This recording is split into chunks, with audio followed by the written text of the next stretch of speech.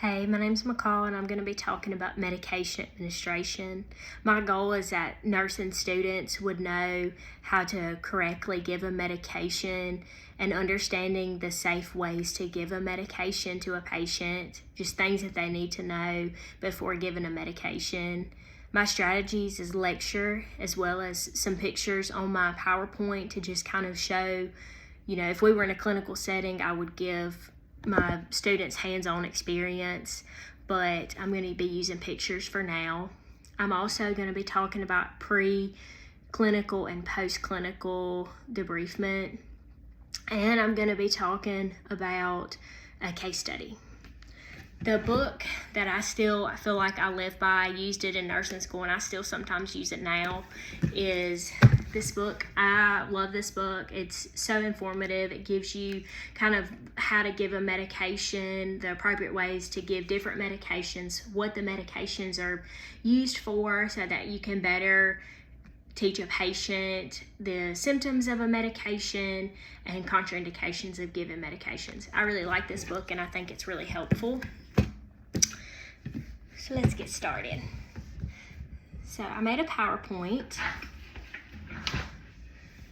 So this is just kind of the different rights a nurse should know before giving a medication, making sure it's the right patient, making sure it's the right medication, the right amount, the right route of the medication, making sure that it's the right time and that you document the medication you were given so that somebody doesn't come behind you and give the same medication, making sure that assessment-wise it's safe for this patient, their vital signs are stable, their blood sugar is stable to get this medication, making sure that the patient knows what the medication is, what it's used for, understanding that a patient has a right to refuse a medication, and making sure that if you were to say give a pain medicine, that you evaluate this patient after about 30 minutes and see how they're feeling, if it helped at all. So I put this on here because I really think it's important that nursing students know that they really need to make sure this is the right patient. Mistakes happen. I've seen it before that, the wrong armband gets put on a baby's crib, or the wrong armband is given, they have the same name. Making sure that it's the right patient and that the armband correlates with the patient. Just asking them, what's your name, what's your date of birth? So these are different syringes that I wanted to just kind of include as an understanding, is that different syringes can be used for different purposes. This is an oral syringe. I've given some Advil, Tylenol. I've given that through an oral syringe, especially to pediatric patients. This is you'd see it when you're given like an IV medication. And this just kind of goes up the different levels, the amounts of the syringe. And also just making sure that when you're given a medication that you're using the right amount of the medication. This 1 milliliter syringe goes by 0.02.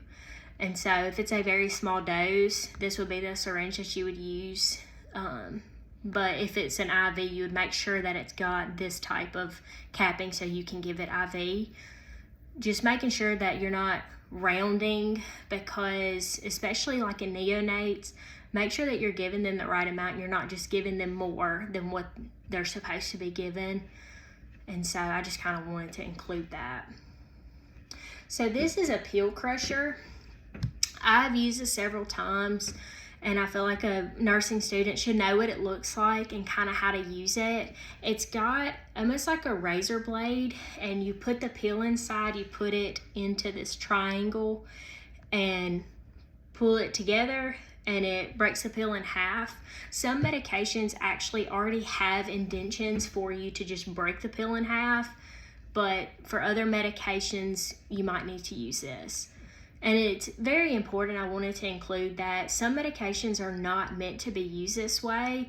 A lot of the times the MAR will actually include that, but it's important for students to understand that if it's not to be broken down, that you talk to pharmacy, talk to your provider, and get the correct medication to give that can be broken, especially if a patient can't swallow the pill.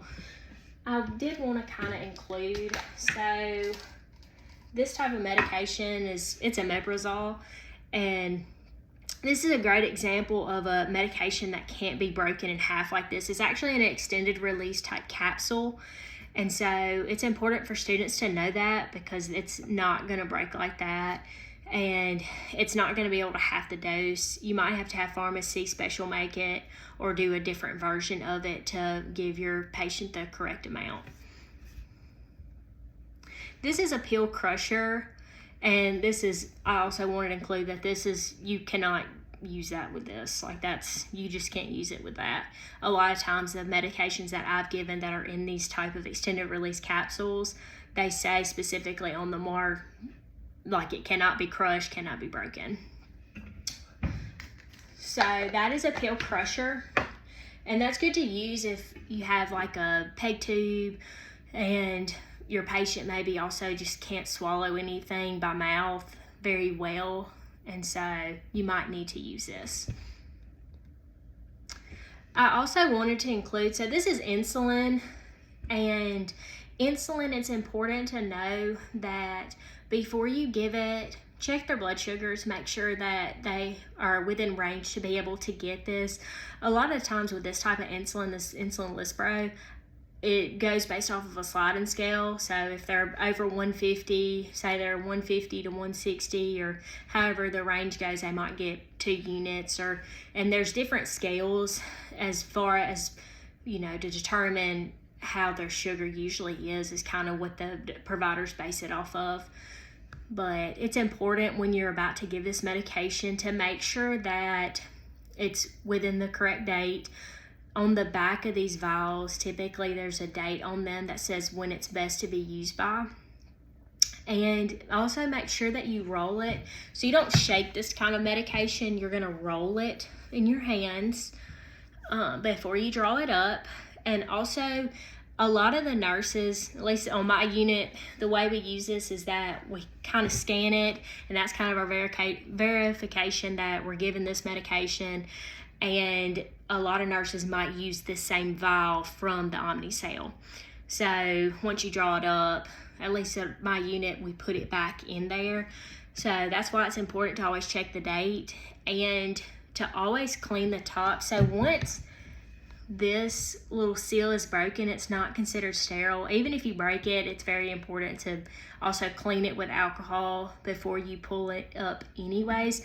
But when you're going to use it after somebody else has used it, re-clean that with an alcohol wipe before pulling up your patient's medication. That just keeps it more sterile and more clean before you give it to a patient.